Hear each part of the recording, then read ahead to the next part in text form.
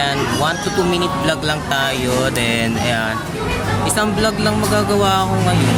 Kasi nga, di ba, reset! May ingay. May ingay ng chip.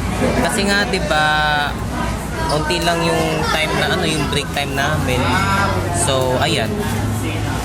Meron akong 2 tips kung paano kayo maglaro ng Waka Zombie sa Plants vs Zombies. So, another content, Plants vs Zombies content. Ayan, Plants vs Zombies content. Then, going to begin now. Ayan. So, first tip dyan, syempre, during Waka Zombies, dapat tinatap nyo yung yung mga cellphones or computers, mouse ninyo, ganyan. Para naman sa ganun, mawak nyo agad yung zombie. Once na nawak nyo yung zombie, di wala na siya, patay na siya, wala nang kaano-ano yan. Ayan. So, number 2 dyan is kung nasa cellphone ka, kung nasa cellphone ka, pilitin mong i-double tap yung yung screen mo. I-double tap like ganyan. Ayan. I-double tap nyo yung screen nyo.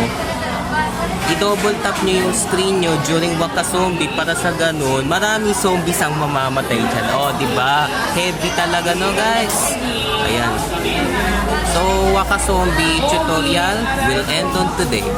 Then, today lang kayo sa vlog ko sa Monday, ha. Before I end the video, shoutout talaga dito sa tatlong section na to, Malindaw ng ang Davao Dugod. Sorry if hindi ako ready, ha, kasi nga, diba, kinakabahan ako kasi ang unti ng time namin. So, I'll see you guys na lang sa Monday. Bye. Short vlog ends. Bye.